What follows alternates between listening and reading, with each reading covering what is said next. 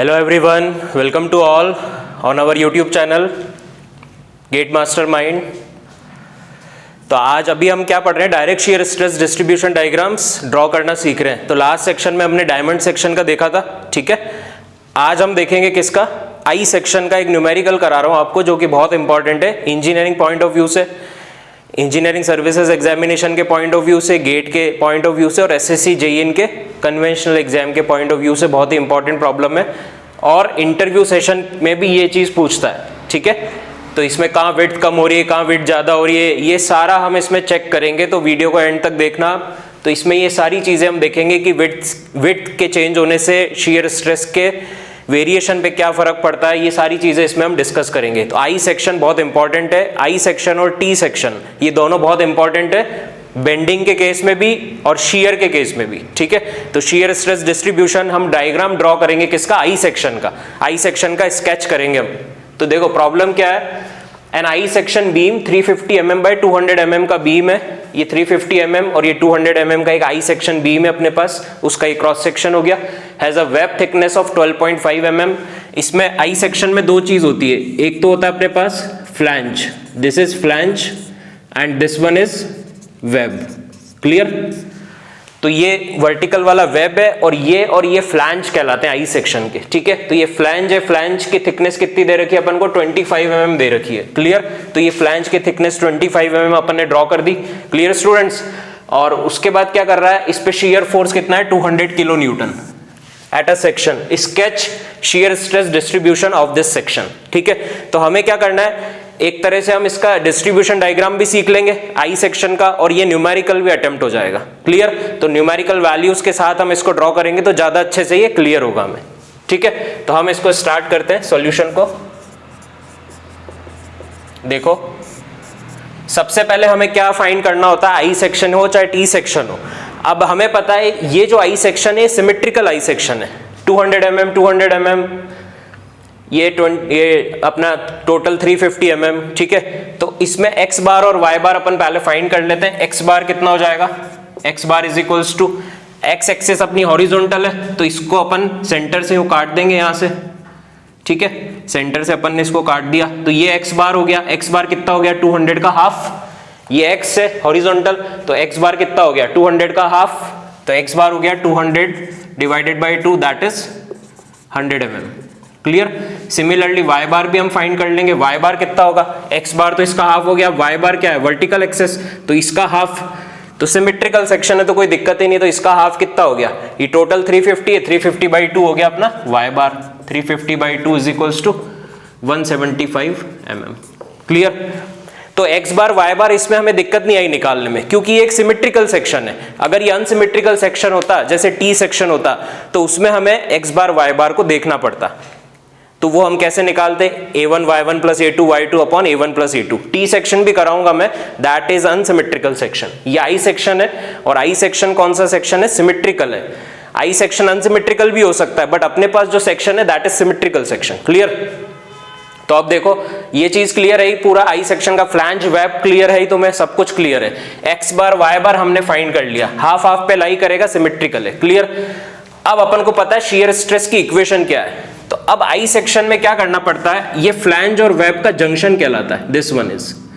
अब इस जंक्शन पे अपन को इस पॉइंट पे फाइंड करना होता है शियर स्ट्रेस और इस पॉइंट पे फाइंड करना होता है, ठीक है। फ्लैंज और वेब के जो जंक्शन पॉइंट है, फ्लैंज और वेब का जो जंक्शन है, यहां पे हमें शियर स्ट्रेस फाइंड करना है, क्लियर। तो यहां शियर स्ट्रेस फाइंड करना है तो 1 पॉइंट पे फाइंड करना पड़ेगा फ्लैंज के एक्सट्रीम पे, और यहाँ 2 पॉइंट पे फाइंड करना पड़ेगा जहां पे विड्थ कम हो रही है। तो पहले अपन 1 पे निकालेंगे। तो शियर स्ट्रेस की इक्वेशन क्या होती है अपनी, tau is equals to P A Y bar divide by I into B, this one is our equation, ठीक है। आई एन ए होता है यहाँ पे, एन ए मतलब पूरे क्रॉस सेक्शन का moment of inertia neutral axis के अबाउट, ठीक है। तो ये आई एन ए होता है, ये इक्वेशन अपन को यूज करनी है। तो सबसे पहले 1 पे ये इक्वेशन यूज करेंगे। पी तो अपना शियर फोर्स कितना है, कांस्टेंट है 200 किलो न्यूटन, ठीक है। ए वाई बार आई एन ए और बी, ये सारी वैल्यूज अपन लिख लेते हैं पहले। तो सबसे पहले आई निकाल लेते हैं अपन। आई कितना होगा, I N A is equals to, अब सिमेट्रिकल सेक्शन है कोई भी दिक्कत नहीं है इसमें, ठीक है। सिमेट्रिकल सेक्शन में क्या है, ये पूरा अपना एक रेक्टेंगल बन रहा है, ये पूरा रेक्टेंगल दिख रहा है अपन को, और रेक्टेंगल का मोमेंट ऑफ इनर्शिया क्या होता है इस एक्सिस के अबाउट, BD क्यूब बाई 12। तो इसके लिख रहे हैं तो इसके पैरेलल वाली B और परपेंडिकुलर वाली D, तो इसके अबाउट हम मोमेंट ऑफ इनर्शिया लिख रहे हैं तो कितना हो जाएगा, इस पूरे रेक्टेंगल में से अगर ये वाला रेक्टेंगल हम माइनस कर दें तो हमें इस आई सेक्शन का आई मिल जाएगा न्यूट्रल एक्सिस के अबाउट। क्लियर?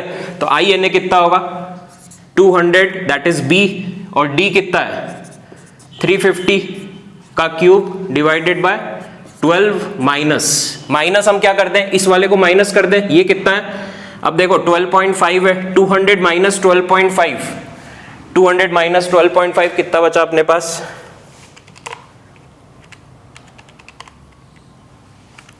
187.5 बचा, 187.5 ये बचा बी, और डी कितना बचा 350 में से 25 हटा दें तो 350 में से अपन 50 हटा दें तो ये जो डिस्टेंस बचा अपने पास, ये अपने पास कितना बचा 300 mm। क्लियर? तो माइनस डी कितना है 300, माइनस नहीं बी डी क्यूब बाई 12 है ना, इंटू 300 का क्यूब डिवाइडेड बाय 12। क्लियर? तो यहां से अपन आई एन ए फाइंड कर लेंगे, आई एन ए अपने पास कितना आ जाएगा यहां से देख लेते हैं।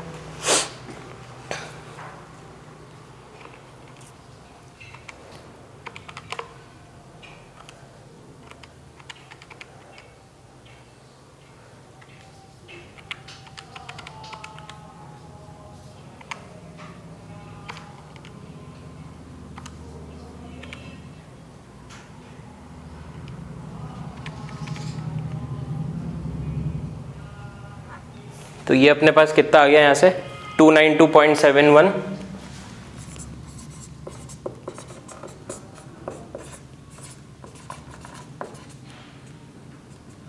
ठीक है, ये अपना आई आ गया न्यूट्रल एक्सिस के about 292.71 into 10⁶ mm⁴। Clear?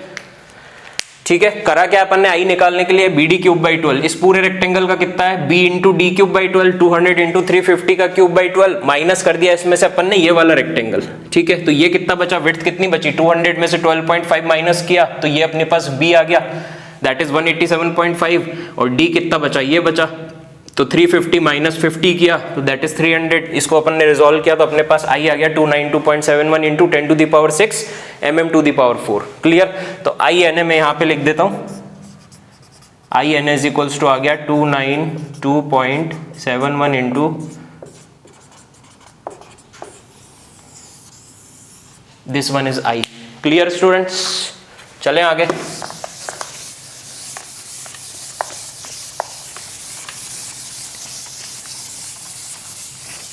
X bar Y बार सब अपने पास आ गया। ठीक है, अब अपन क्या करेंगे, नेक्स्ट अपन करेंगे कहाँ पे स्ट्रेस निकालना है अपन को, 1-1 पोर्शन पे निकालना है। अब 1-1 पे निकालना है तो इक्वेशन तो अपन यही यूज करेंगे, 1-1 पे निकालना है P A Y bar upon I N A into B. ठीक है, इसमें पी तो अपने पास शेयर फोर्स है, दैट इज 200 किलो न्यूटन को न्यूटन में कन्वर्ट किया, और ए कितना है, एरिया कितना हो जाएगा, अब एरिया कितना हो जाएगा, फ्लैंज का एरिया लेंगे इसमें। ठीक है, क्योंकि इस पे ही काम कर रहे हैं, फ्लैंज और वैप के जंक्शन पे काम कर रहे हैं, तो फ्लैंज का एरिया लेंगे, कितना होगा 200 into 25, that is area. Y bar कितना होगा, वाई बार हमें पता है न्यूट्रल एक्सिस से सेंट्रॉइड का डिस्टेंस लेते हैं हम। ठीक है, ये अपना सेंट्रॉइड है, ये अपना सेंट्रॉइड और ये न्यूट्रल एक्सिस, तो ये जो डिस्टेंस हुआ अपने पास, ये टोटल कितना हो जाएगा, वाई बार कितना हो जाएगा, ये टोटल 350 है, टोटल 350 है, इसमें से अपन इसको माइनस कर दें तो ये कितना हो जाएगा 25/2, दैट इज 12.5।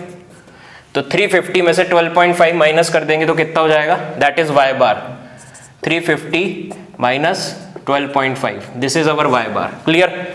सॉरी 350 नहीं होगा, 350 का हाफ होगा ना, 350 तो ये टोटल डिस्टेंस है। ठीक है, 350 का हाफ कितना हुआ, ये डिस्टेंस कितना हुआ अपने पास, हाफ, ये अपने पास हाफ डिस्टेंस हुआ 175 mm। 175 mm में से अगर अपन 12.5 माइनस कर दें तो अपन को न्यूट्रल एक्सिस से सेंट्रॉइड का डिस्टेंस मिल जाएगा। क्लियर? आ रहा है समझ में? तो कितना हो जाएगा 175 माइनस 12.5। ठीक है,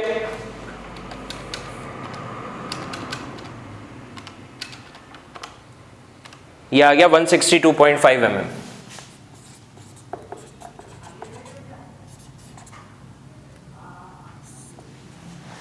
क्लियर स्टूडेंट्स, ये आ गया 162.5 mm, तो P आ गया, A आ गया, Y बार आ गया। अब क्या चाहिए अपन को, विड्थ चाहिए, तो विड्थ कितना हो जाएगा, अभी इस पे 1 पॉइंट पे फाइंड कर रहे हैं, तो विड्थ कितना हो गया टोटल फ्लैंज का 200 mm। ये सारी वैल्यूज अपन इसमें रखते हैं, तो 1 पोर्शन पे अपन को शीयर स्ट्रेस मिल जाएगा, कितना होगा 200 मल्टीप्लाई बाय 10⁻³ इंटू एरिया कितना हो जाएगा, Y बार कितना हो जाएगा, डिवाइडेड बाय विड्थ I कितना है, इंटू 10⁻⁶ मल्टीप्लाई बाय विड्थ कितनी है 200। तो ये जो शीयर स्ट्रेस आया 1 पॉइंट पे आया, इसको अपन कैलकुलेट कर लेते हैं कैलकुलेटर से फटाफट। 200 मल्टीप्लाई 200 25 डिवाइड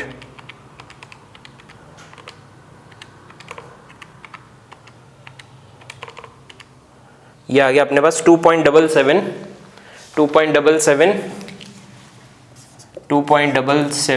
न्यूटन पर mm²। This is the shear stress eight 1 point. ठीक है, हमें पता है एक्सट्रीम फाइबर पे तो शीयर स्ट्रेस जीरो होता है। ठीक है, एक्सट्रीम फाइबर पे तो शीयर स्ट्रेस जीरो होता है, पैराबोलिक वेरिएशन होता है, ये हमें पता है, ये डायरेक्ट शीयर स्ट्रेस की बात कर रहे हैं। और इस जगह पे जो शीयर स्ट्रेस अपन को मिला वो कितना मिला, यहाँ पे अपन मार्किंग कर देते हैं, कितना मिला 2.77 न्यूटन पर mm²। क्लियर, इस जगह पे, और वेरिएशन पैराबोलिक आएगा। ठीक है, तो 1 पे अपन ने फाइंड कर लिया, तो मैं यहाँ पे कहीं लिख देता हूँ τ11 अपने पास कितना आया 2.77 न्यूटन पर mm²। क्लियर, अब चलते हैं आगे। ये तो 1 पे आ गया, अब अपन को कहाँ फाइंड करना है,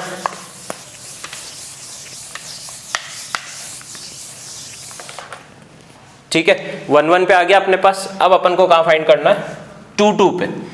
तो 2 पे फाइंड करने के लिए अपन को पता है टाउ इज इक्वल्स टू क्या होता है, P A Y bar upon I into B होता है। ठीक है, सब चीज कांस्टेंट है, तो टाउ किसके इनवर्सली प्रोपोर्शनल हो गया, विड्थ के।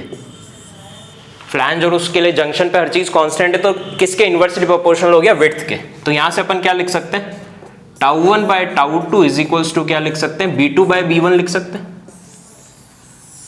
τ1 अपन ने कितना निकाला 2.77 और τ2 अपन को फाइंड करना है। ठीक है, और b2 कितना है, b2 किसकी, वेब की विड्थ है, वेब की विड्थ कितनी है 12.5 mm है, और b1 कितना है, फ्लैंज की विड्थ कितनी है 200 mm। तो यहां से अपने पास τ2 की वैल्यू कितनी आ गई, τ2 आ गया 2.77 मल्टीप्लाई बाय 200 डिवाइडेड बाय 12.5। तो यहां से अपने पास सेकेंड पॉइंट पे आ गया, शियर स्ट्रेस कितना आ रहा है, कैलकुलेट कर लेते हैं इसको।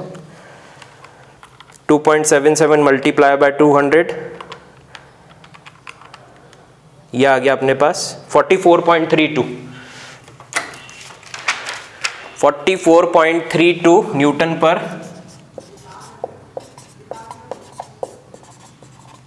mm²। तो सेकेंड पे आ गया अपने पास, ये आ गया अपने पास τ2 पे 44.32 न्यूटन पर mm²। क्लियर, क्लियर स्टूडेंट्स, समझ में आ रहा है। बहुत इंपॉर्टेंट सेक्शन है, बहुत इंपॉर्टेंट वीडियो है ये। ठीक है, कॉन्सेप्ट भी यहां से क्लियर हो जाएंगे पूरे अच्छे से। इतना क्लियर। तो अपन ने क्या किया, देखो शीयर स्ट्रेस निकाला कहां पे, हमें पता है एक्सट्रीम फाइबर पे तो जीरो है शीयर स्ट्रेस। अपन ने कहा निकाला, फ्लैंज और वेब के जंक्शन पे फाइंड कर लिया। सबसे पहले जंक्शन पे 1 पॉइंट पे निकाल लिया जो आया 2.77, और 2 पॉइंट पे निकाल लिया। जैसे ही विड्थ कम होगी शीयर स्ट्रेस की वैल्यू बढ़ेगी। क्लियर, क्योंकि शीयर स्ट्रेस इनवर्सली प्रोपोर्शनल है विड्थ के। जैसे ही विड्थ कम होगी, यही तो पढ़ा अपन ने, शीयर स्ट्रेस क्या है, विड्थ के इनवर्सली प्रोपोर्शनल है। जैसे ही विड्थ कम होगी शीयर स्ट्रेस बढ़ेगा।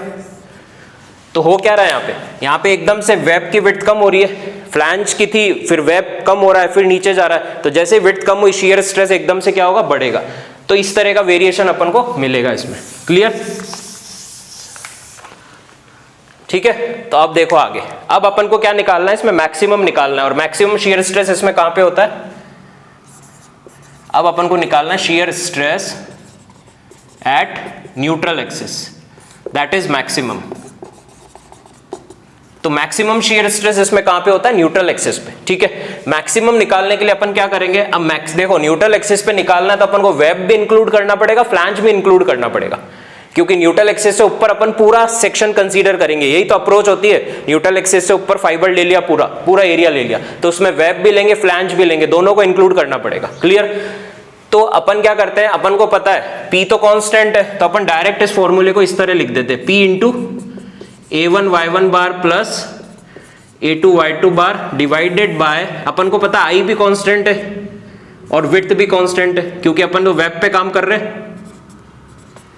विड्थ तो अपन वेब की लेंगे ना, न्यूट्रल एक्सिस पे निकाल रहे हैं, मतलब विड्थ किसकी लेंगे? वेब की लेंगे। तो विड्थ अपनी फिक्स है 12.5, I अपन को पता ही है पूरे सेक्शन का I कांस्टेंट है, P पता है कांस्टेंट है, तो A1 Y1 bar plus A2 Y2 बार, यही तो अलग है।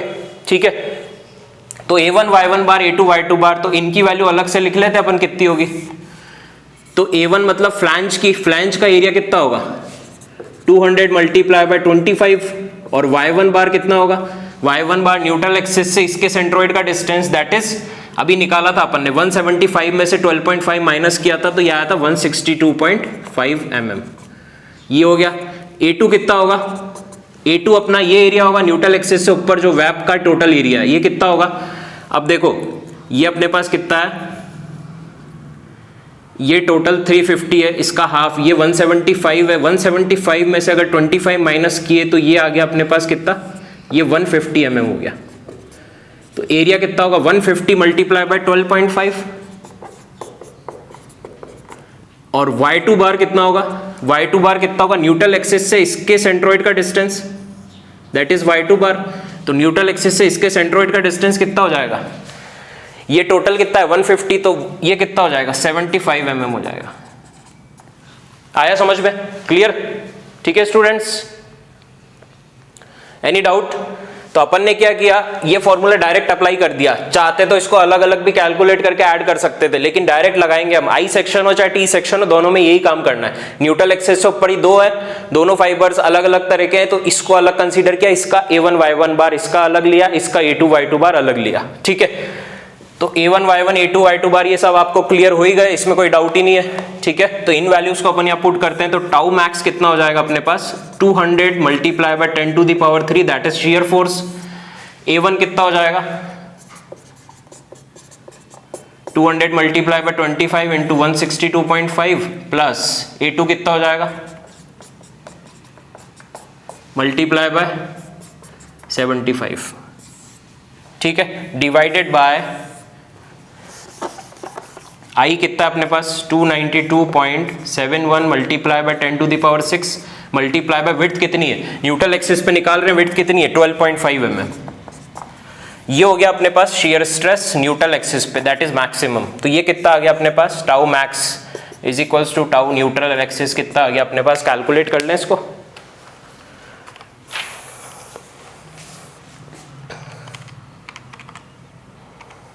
One 162.5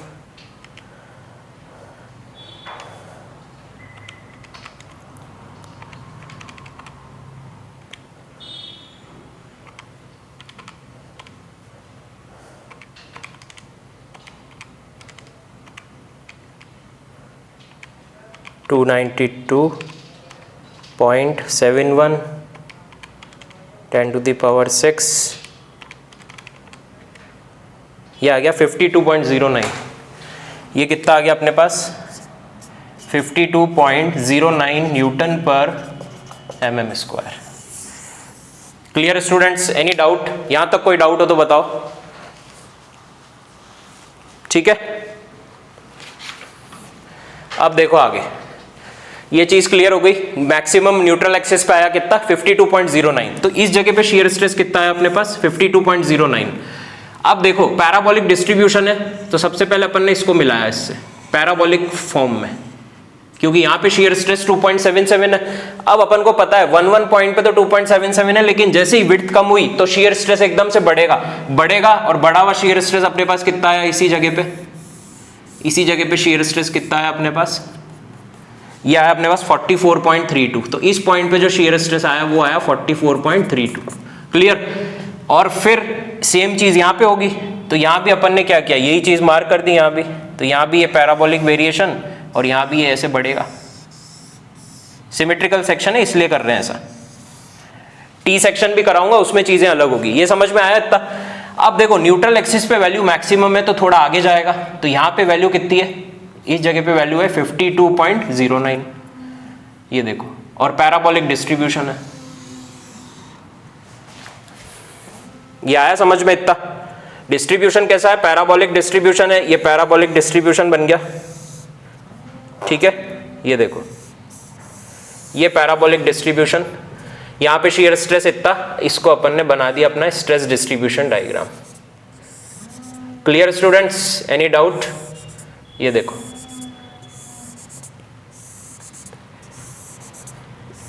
this is our shear stress distribution diagram भी हो गया, न्यूमेरिकल भी हो गया। ये क्वेश्चन तुमसे पूछ सकता है, बहुत इंपॉर्टेंट प्रॉब्लम है ये। क्लियर? एक्सट्रीम फाइबर पे 0 होता है, पैराबोलिक डिस्ट्रीब्यूशन होता है, 1 पोर्शन पे निकाला, फ्लैंज और वेब के जंक्शन पे निकाला तो 1 पॉइंट पे आया 2.77, 2 पे आया, 2 पे बढ़ेगा क्योंकि विड्थ कम हो रही है तो बढ़ गया। उसके बाद न्यूट्रल एक्सिस मैक्सिमम आया और पैराबोलिक वेरिएशन है पूरा। तो ये अपन ने स्केच कर लिया direct shear stress distribution diagram I section का with the help of this numerical approach. तो आपको न्यूमेरिकल भी क्लियर हो गया, आई सेक्शन भी क्लियर हो गया, इसका direct shear stress distribution diagram भी क्लियर हो गया। क्लियर? तो ये शियर था, बेंडिंग में भी अपन आई सेक्शन को लेंगे, तो अभी पहले इसमें अपन टी सेक्शन को भी इंक्लूड करेंगे direct shear stress distribution. Hope ये वीडियो आपको पसंद आया होगा स्टूडेंट्स, काफी कॉन्सेप्ट्स आपके स्ट्रांग हुए होंगे। अपन को कॉन्सेप्ट्स को बिल्डअप करना है, सबसे इंपॉर्टेंट पार्ट है कॉन्सेप्ट्स बिल्डअप, ठीक है। गेट हो चाहे कोई सा भी एग्जाम हो, concepts should be very strong, ठीक है। कोई भी डाउट है आपको, किसी भी तरह की प्रॉब्लम है, कमेंट बॉक्स में लिखें आप। वीडियो को लाइक करें, शेयर करें, सब्सक्राइब करें। ओके स्टूडेंट्स, तो thank you so much for attending the session. Thank you.